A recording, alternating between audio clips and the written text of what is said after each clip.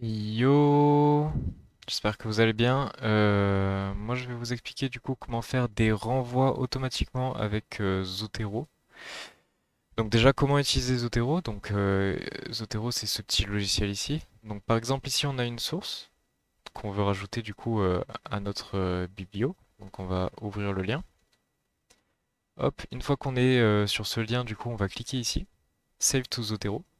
Donc là, on voit que c'est Soja Transformation et aspect industriel. Donc on va retourner du coup sur le document et on va insérer directement cette source à la place de ce lien qui est moche. Donc add citation. Donc il est important pour moi du coup d'utiliser le mode la préférence de document IEEE du coup.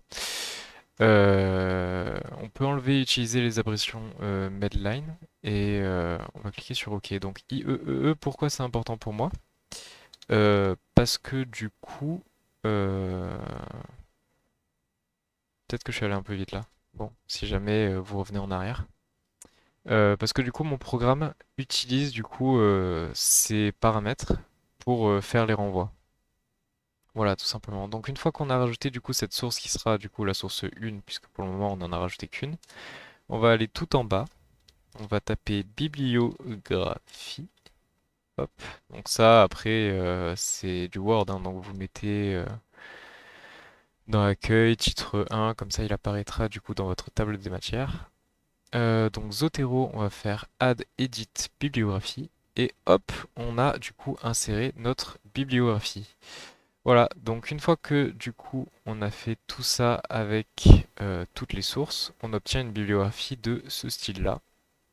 Donc avec IEEE, j'insiste bien, et du coup bibliographie, il faut que la bibliographie soit tout en bas. Mon programme du coup prend directement la source dès qu'elle est tout en bas du fichier. C'est comme ça qu'elle la repère. Voilà, donc bien penser à la mettre tout en bas. Donc toutes les annexes, voilà. Donc une fois qu'on a fait tout ça, maintenant on va effectuer les renvois. Donc pour ça on va aller dans affichage, macro, afficher les macros. Donc ben moi je l'ai déjà, mais on va en créer une autre du coup pour vous. Links to. Voilà, donc une fois que vous êtes là et que vous avez créé votre macro, vous allez aller dans le lien suivant. Enfin, ce sera pas un lien, hein, ça sera directement le bloc-notes comme ça, qui est dans la description. Vous allez tout simplement copier, hop, CTRL-C, coller à la place de tout ça. Hop, plus besoin de tout ça, voilà. Donc du coup, bon, moi ça va faire un peu défaut parce que du coup je l'ai déjà, mais en gros vous faites ça. Je vais la supprimer. Au pire, je la laisse et je vais l'appeler directement Links 2. Voilà, c'est parfait. Comme ça, je vais vous montrer que ça marche. Hop, voilà. Donc une fois qu'on a fait ça, du coup, on va afficher les macros et on va l'exécuter. En l'exécutant, du coup, tous les liens vont se faire. Bon, là, vous pouvez peut-être... Ah, d'ailleurs, ça l'a fait que jusqu'au lien 18. Pourquoi ça l'a fait jusqu'au lien 18? Parce que je suis bête et j'ai oublié de vous dire quelque chose. Il faut changer le nombre de sources. Donc là, en effet, on voit que j'en ai 22.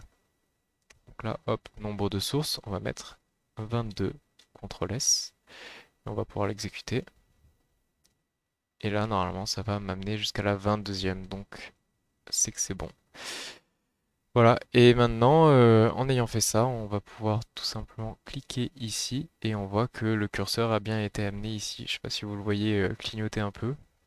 Mais voilà, on est bien à la source 6, donc le renvoi marche parfaitement. On va essayer une autre source, une autre citation en tout cas. Euh, Hop, on va remonter, voilà la 4 par exemple, hop. Donc la 4, on y est, bon bref, ça marche, ne vous en faites pas.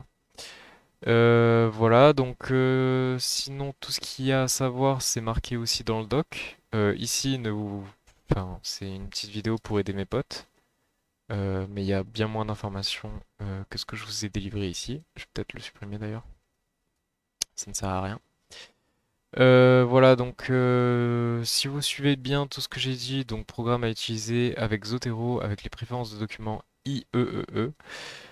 Si vous suivez bien tout ça, normalement, il n'y a pas de problème. Et si jamais il y en a, je vous invite à les écrire en commentaire et j'essaierai d'y répondre. Voilà, j'espère que ça vous aura aidé et puis bon courage pour vos projets.